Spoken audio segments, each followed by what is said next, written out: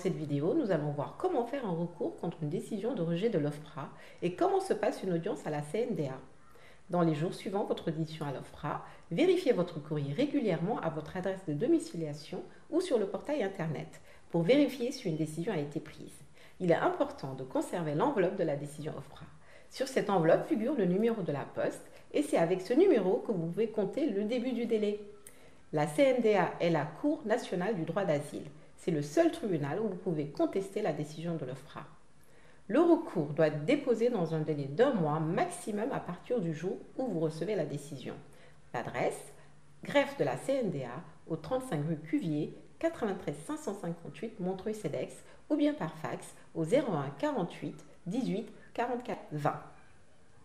Mais il est important d'agir dans les 15 premiers jours afin de bénéficier de l'aide juridictionnelle, c'est-à-dire un avocat que vous ne payez pas.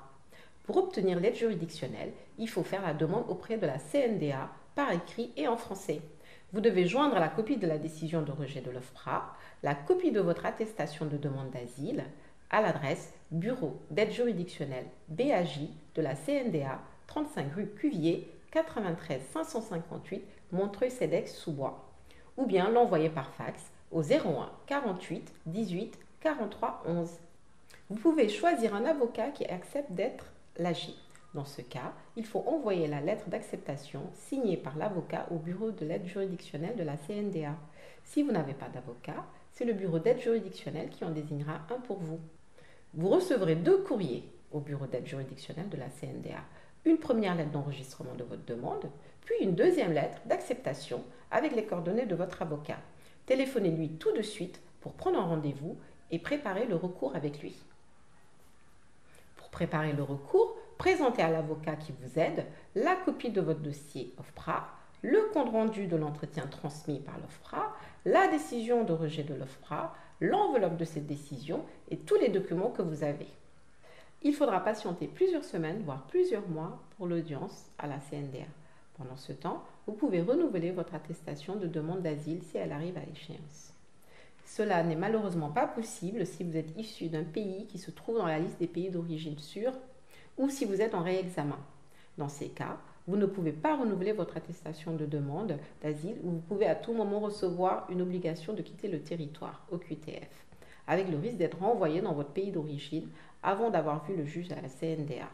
Si vous recevez une OQTF, vous pouvez la contester dans un délai de 15 jours pour demander à ne pas être expulsé avant votre audience CNDA. Si vous ne contestez pas cette obligation de quitter le territoire ou bien si le juge ne l'annule pas, vous allez sans doute perdre l'allocation et votre hébergement si vous en avez un. Vous recevrez ensuite une convocation pour l'audience. La CNDA peut aussi prendre une décision sans vous avoir convoqué à une audience. L'audience se déroule au siège de la CNDA à Montreuil, près de Paris. Mais elle peut également se dérouler par visioconférence dans les salles de la Cour administrative d'appel. C'est vraiment mieux d'être présent à l'audience. Si vous ne pouvez pas y aller pour une raison très sérieuse, vous pouvez demander un report d'audience par un courrier recommandé avec accusé de réception, avec les pièces justificatives, certificat médical, bulletin d'hospitalisation. Contactez d'abord votre avocat. Comment se passe l'audience devant la CNDA ?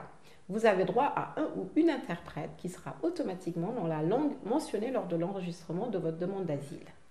Si vous contestez l'utilisation de cette langue, vous pouvez le mentionner dans le recours réalisé avec l'avocat. L'audience est publique et d'autres personnes peuvent être présentes dans la salle lors de votre affaire. Vous pouvez demander à ce qu'il n'y ait pas de public pendant l'audience. Si vous préférez maintenir la confidentialité, parlez-en d'abord à votre avocat. Pendant l'audience de la CNDA, on va lire votre dossier, dire pourquoi l'OFPRA l'a rejeté, vous poser des questions et votre avocat vous prendra la parole. La décision de la CNDA est rendue après 1 ou 3 semaines. Vous pouvez aller la lire sur un tableau à la CNDA ou attendre de la recevoir par la poste.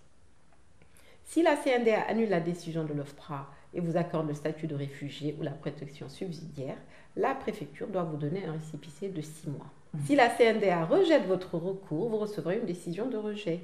On verra alors quoi faire dans cette vidéo. Que faire après une décision positive ou négative de la CNDA?